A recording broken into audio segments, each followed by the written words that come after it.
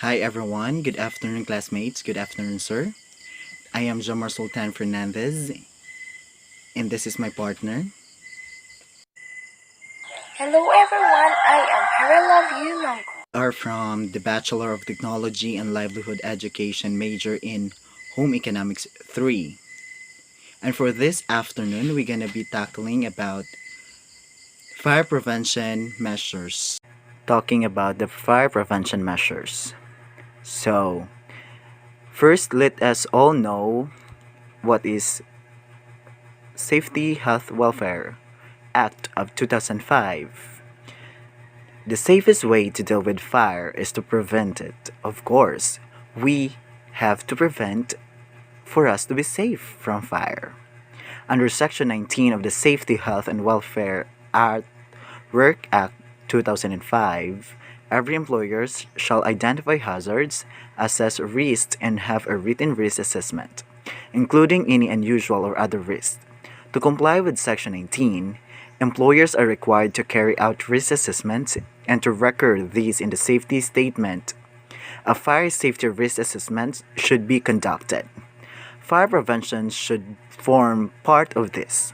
A fire safety risk assessment should include fire prevention. We have this what we called fire prevention triangle. It is seen there that there is heat, fuel, and oxygen. A fire needs three elements. So this heat, fuel, and oxygen is the three elements that a fire needs. Without these three elements, a fire will not start or spread. A key strategy to prevent fire is to remove one or more of heat, oxygen, or fuel. The risk assessment should include detail on all three elements to minimize the risk of a fire starting or spreading. So therefore, for you to prevent fire, you have to remove these three elements and you have to identify these three elements, which are the heat, oxygen, and fuel. A fire prevention strategy and a fire risk assessment should include detail and a full consideration of all the issues, including issues arising from heat, oxygen, and fuel. Advice on these three elements follows. This advice is not exhaustive and is given in no particular order. Heat is the first one is being tackled here.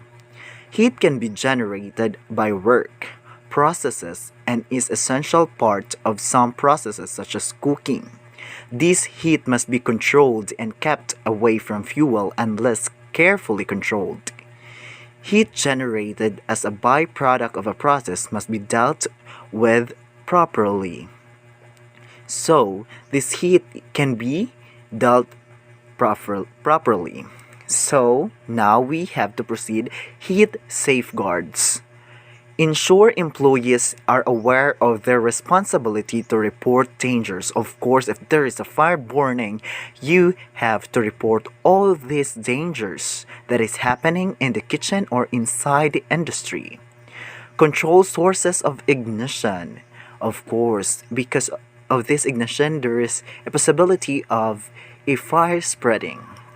Have chimneys inspected and cleaned regularly. Of course, for us to prevent heat, we have to clean chimneys and inspect them. And treat independent building uses, such as an office over a shop, as separate purpose groups and therefore compartmentalized from each other. Ensure cooking food is always attended. Of course, you have to be attentive to the food that you are cooking. Use the Electricity Supply Board's safety web page. Of course, if there is a electricity supply board's safety web page in that particular restaurant or in that particular hotel or in that particular building, then you have to use that. And last and next is have regard to relevant authority. We have the safety alerts, example mobile phone, filling LPG cylinders, and next is use the code of practice for avoiding danger from underground services. Smoking is one of the, you know, source of heat or fire. And we have to do it, or to prevent the measures in doing these things is provide no smoking signs at appropriate locations. Of course, at appropriate locations you have to provide no smoking signs, particularly in the area where flame are usually ignite directly. And next is ensure smoking areas are away from flammable materials. Of course, those smoking areas in that particular building or restaurant or industry, it should be away or far from flammable materials, combustible materials. Matches to be disposed of safely and away from other combustible rubbish. So, in a particular industry, you have to um, arrange cigarettes and matches to be disposed. It should be arranged that is away from combustible rubbish or combustible materials. And next to be insured or to be specified is plant and equipment. Plant and equipment which is not properly maintained can cause fires. So you should remember this. This plant and equipment that is not properly maintained can cause fires. Of course, if this particular oven or particular materials or equipment inside a laboratory, there is a possibility of confusion of electricity and it will cause fires. And the best thing to do is ensure all work equipment protects against catching fire or overheating. Next, ensure proper housekeeping, such as preventing ventilation points on machinery becoming clogged with dust or other materials causing overheating.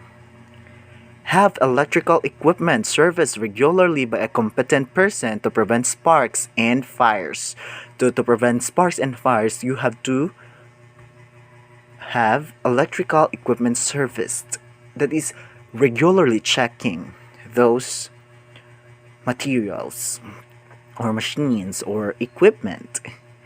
Properly clean and maintain heat producing equipment such as burners, heat exchangers, boilers, inspected and tested yearly. So these particular machines should be inspected yearly, like these burners, heat exchangers, boilers, the ovens, stoves, and fryers should be inspected or tested yearly.